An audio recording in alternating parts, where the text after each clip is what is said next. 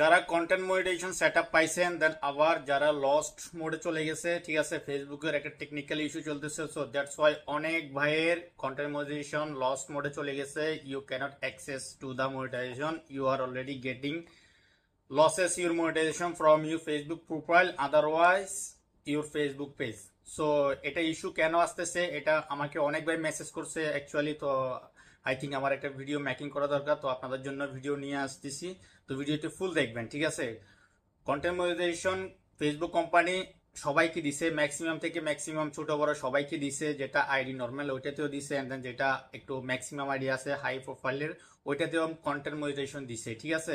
দেওয়ার পরে দেখতেছেন আবার 7-8 দিন পরে আবার টেকনিক্যাল এরর দেওয়ার পরে সবার কিন্তু কি প্রবলেম দিচ্ছে content monetization, reels and then video upload. Otherwise কারা করে দিচ্ছে কারা করে দিচ্ছে না, বেশিরভাগ ক্ষেত্রে যাদের যাদের নতুন দিছে ওইগুলাতে আইডিতে অনেক প্রবলেম করতেছে।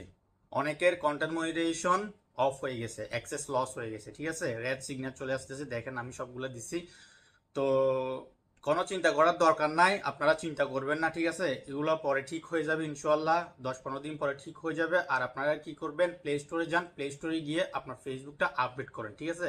আর যদি ফেসবুকের আইডি এন্ড দেন পাসওয়ার্ড মনে থাকে আপনি লগ আউট করে আবার লগ ইন করেন, ঠিক আছে, কিছুটা ঠিক হবে।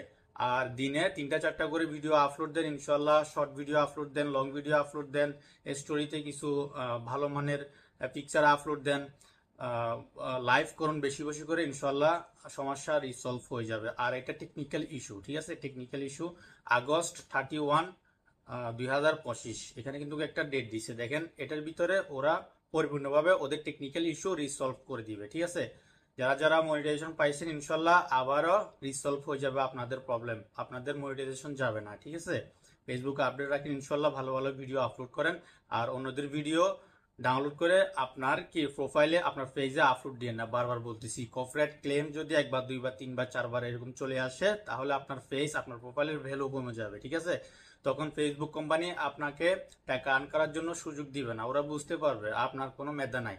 তাই বলতেছি আপনার যতটুকু সম্ভব আপনার মেধা ক্ষয় করে আপনি ফেসবুকে কাজ করেন, ইনশাল্লাহ আপনি ধীরে ধীরে উপরে উঠতে পারবেন, ঠিক আছে। আর আপনার বন্ধুকে বা বন্ধু বান্ধবকে আপনি কপি করবেন না, আপনার যতটুকু সামর্থ্য যতটুকু এক্সপিরিয়েন্স আছে ওই এক্সপিরিয়েন্স শেয়ার করেন আপনার ফেসবুক ক্লায়েন্টের।